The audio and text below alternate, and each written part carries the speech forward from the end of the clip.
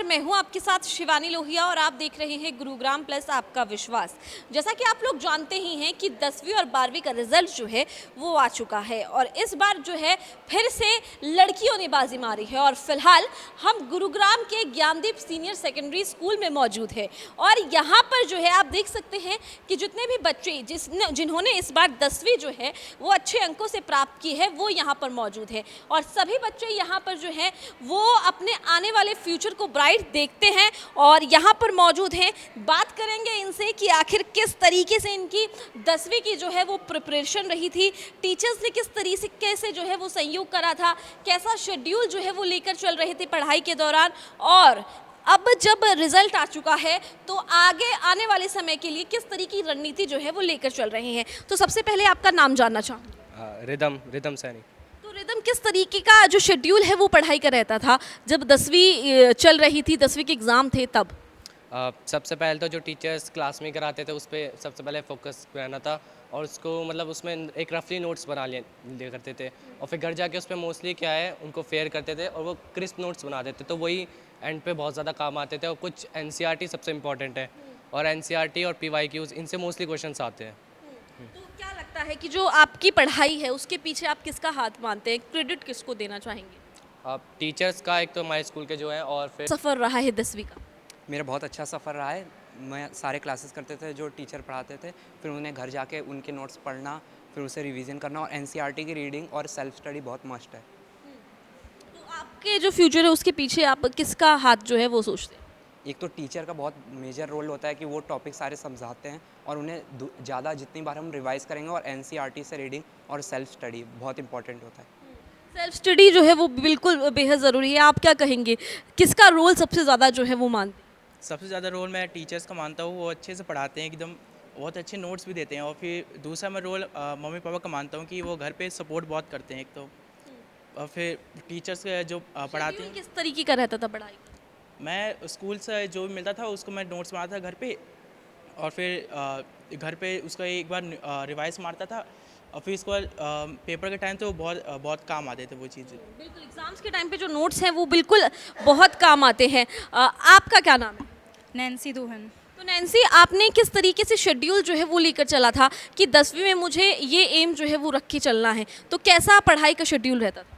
मेरा बहुत ही अच्छा शेड्यूल रहता था। पहले तो मैं अपना पढ़ाई का जितना भी क्रेडिट है वो आधे से ज़्यादा अपने टीचर्स को देना चाहूँगी। उसके बाद आपको खुद से भी पढ़ना पड़ता है, जो टीचर्स ने करवाया उसके बाद आपको घर से जाके खुद से सेल्फ स्टडी करनी पड़ती है। उसके बाद ही आपको ये रहता है कि जो आपने पढ़ा है उसके लिए आप बिल्कुल रेडी हैं, जो आपको पेपर देना है। तो आने वाले फ्यूचर को लेकर क्या आप रणनीति लेकर चलती हैं? 11th में हैं तो कौन सी स्ट्रीम से जो है वो आपने 11th? मैंने पीसीएम ऑप्ट की है, नॉन मेडिकल, और मेरा एम है एनडीए को मेरे को करना है। हाँ जी। तो एनडी में कुछ सोचा है कि नेवी में जाना है, एयरफोर्स में जाना है या फिर किस में जाना है? मुझे नेवी ऑप्ट करना है। बिल्कुल, नेवी ऑप्ट करना है इनको। बिल्कुल, हर बच्चा जो है एक एम लेकर अपने दिमाग में चलता है। आपका क्या कुछ एम है?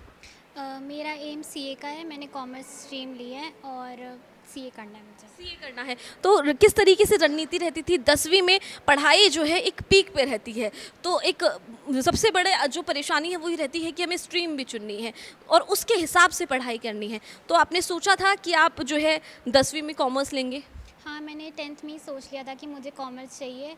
मुझे मैथ सब्जेक्ट ज़्यादा पसंद था साइंस से, तो मैंने कॉमर्स ऑप्ट किया और सीए के लिए कॉमर्स ही ज़्यादा सूटेबल है। बिल्कुल, सीए के लिए कॉमर्स ही ज़्यादा सूटेबल है। आपने कौन सा सब्जेक्ट लिया? मैंने पीसीबी लिए, मेडिकल। तो आने वाला जो टाइम है अपने आप को एज अ डॉक्टर आप देखते हैं तो उसके लिए घर वालों ने कैसा सपोर्ट किया? 10th में टीचर्स ने कैसा रहा और ज्ञानदीप स्कूल का कैसा रोल रहा है? मेरे घर वालों ने मेरा पूरा सपोर्ट किया जब मैंने कहा कि मेरे को मेडिकल स्ट्रीम लेनी है, मुझे डॉक्टर का करना है।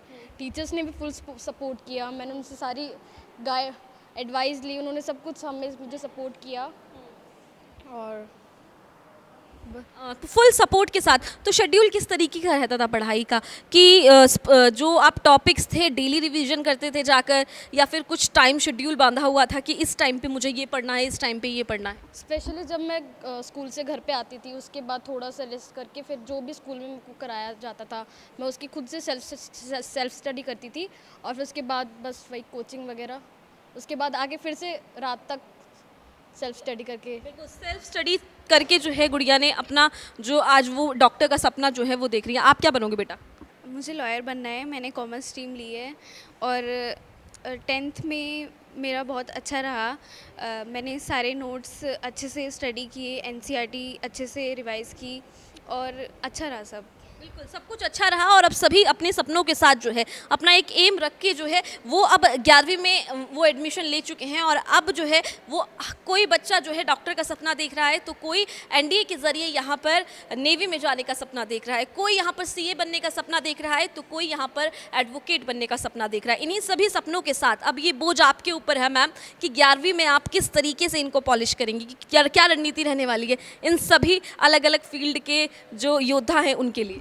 मैम सबसे पहले तो इनको सेल्फ स्टडी के बारे में हम लोग पूरी गाइडेंस देते हैं, फिर उसके बाद सबसे ज़्यादा ज़रूरी होता है टाइम मैनेजमेंट, कि how to make time table as per your subject, because there is a difference between 10th and 11th subject, so that they can prepare their planning and study accordingly, as well as we can guide about how to stay away from the stress level, because this time there is a lot of difference between the academic level also, so that we just guide the student and उनको इसी हिसाब से हम लोग लेके चलेंगे जिससे कि वो बिल्कुल अपने लेवल पर चल सके और तैयारी कर सके। 10वीं का और 12वीं का रिजल्ट काफ़ी अच्छा रहा है ज्ञानदीप स्कूल का, तो क्या आपको तो बधाई है ही, लेकिन सबसे बड़ा हाथ आप किसका मानती हैं इन बच्चों की सक्सेस के पीछे?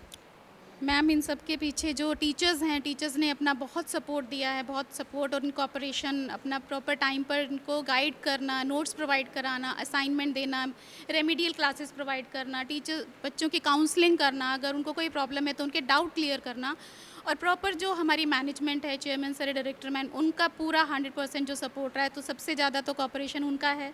बच्चे हैं हमारे जिन्होंने हमारी गाइडेंस को माना, पेरेंट्स हैं, पूरा सब कुछ सबके लिए I am just very grateful to each and everything, and I just give blessings and all the best to all the students. At the last आप इनको क्या एक गुर जो है, एक टीचर अपना एक गुर देता है, तो एक क्या गुर आप देना चाहेंगे इनको?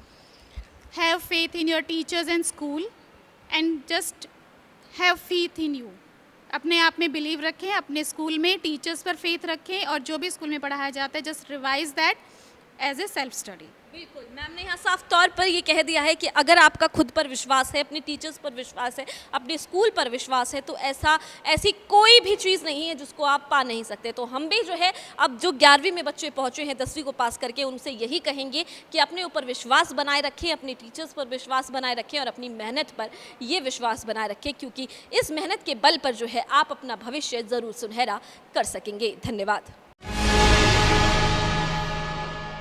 गुरुग्राम की हर छोटी बड़ी खबर के लिए YouTube पर सब्सक्राइब करें गुरुग्राम प्लस, और Facebook और Instagram पर फॉलो करें, और हाँ, बेल आइकन दबाना ना भूलें।